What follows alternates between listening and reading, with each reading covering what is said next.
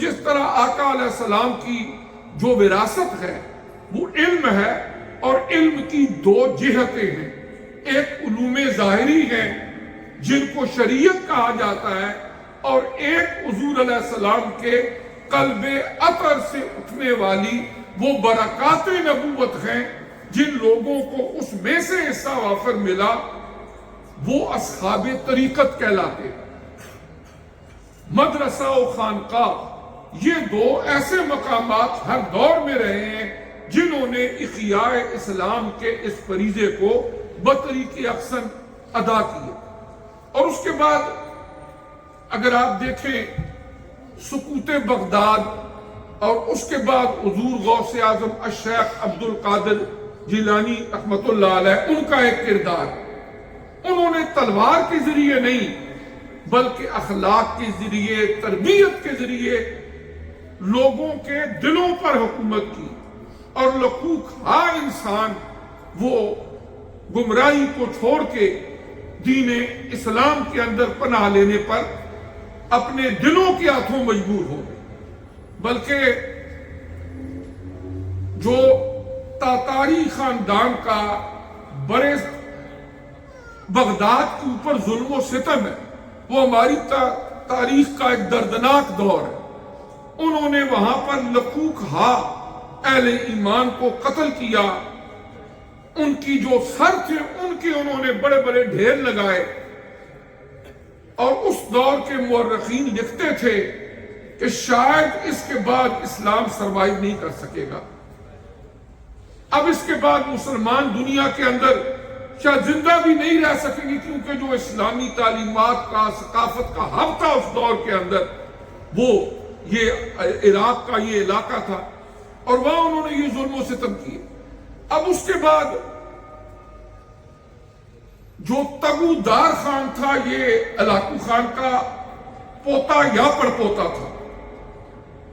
وہ بھی اسی طرح وقت گزرتا گیا اپنی عیاشیوں میں تھا۔ حضور ضیاء الامت جسٹس پیر محمد کرم شاہ صاحب الازہری رحمۃ اللہ علیہ نے حضور داتا گنج بخش رحمۃ اللہ علیہ کی کتاب کشف المحجوب کا ایک مقدمہ لکھا ہے قریباً 45 پیجز پر۔ تو انہوں نے یہ واقعہ کشف المحجوب شریف کے اس مقدمے میں لکھا ہے، حضور جسٹس پیر محمد کرم شاہ صاحب الازہری رحمۃ اللہ تعالی علیہ نے، وہ لکھتے ہیں کہ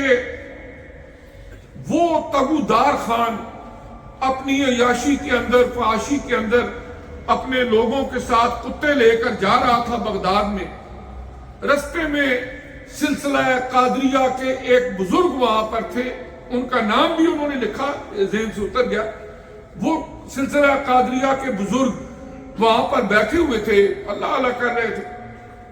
وہ پاس سے گزرا تو اس نے ایک انتہائی بیہودہ سوال کیا، اور بیہودہ سوال کیا تھا؟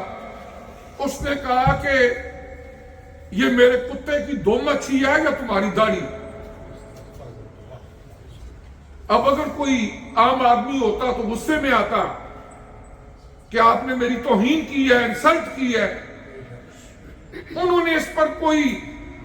احتجاج یا اپنی زبان سے ریئیکشن شو نہیں کیا، صرف اتنی بات کہی کہ آپ نے سوال کر دیا ہے، جب اس کے جواب کا وقت آیا تو آپ کو جواب مل جائے۔ کچھ وقت گزرا، ان بزرگوں کا زندگی کا آخری دور آ گیا، بیمار ہو گئے، اور زندگی کی امید کی کرنیں بھی ختم ہونے لگی۔ انہوں نے ایک بندے کو بھیجا کہ میرا ایک پیغام جا کے تگو دار خان کو دے دو، اس کو کہو کہ میں اللہ کا بندہ ہوں، اور الحمدللہ اللہ جو میرا مالک ہے اس کی وفاداری میں دنیا سے جا رہا ہوں۔ اگر کتا کتا ہو کے مالک کا وفادار ہو اور بندہ بندہ ہو کے مالک کا وفادار نہ ہو تو پھر اس پر کفر ہے۔ جب اس کو یہ بات ملی، جب یہ جواب ملا کہ میں نے سوال کیا تھا کہ آپ کی داڑھی اچھی ہے یا میرے کتے کی دم، آپ نے فرمایا کتا کتا ہو اور مالک کا وفادار ہو، اور بندہ بندہ ہو اور اپنے مالک کا باغی ہو، اس کا وفادار نہ ہو، میرا جو مالک ہے میں اس کا وفادار بن کے جا رہا ہوں۔ اس کو جواب مل گیا. اس کے دل پر ایسا اثر ہوا کہ اس نے کلمہ پڑھا، مسلمان ہو گیا. حضرت علامہ اقبال رحمت اللہ علیہ نے اس واقعے کو لکھا اور فرمایا ہے ایاں یورش تاتار کے افسانے سے پاسباں مل گئے کعبے کو صنم خانے سے. کہ یہ جو تاتاریوں کا جتنا کچھ ہوا انہوں نے مسلمانوں پر ظلم کیا ہے ایاں یورش تاتار کے افسانے سے پاسباں مل گئے کعبے کو صنم خانے سے.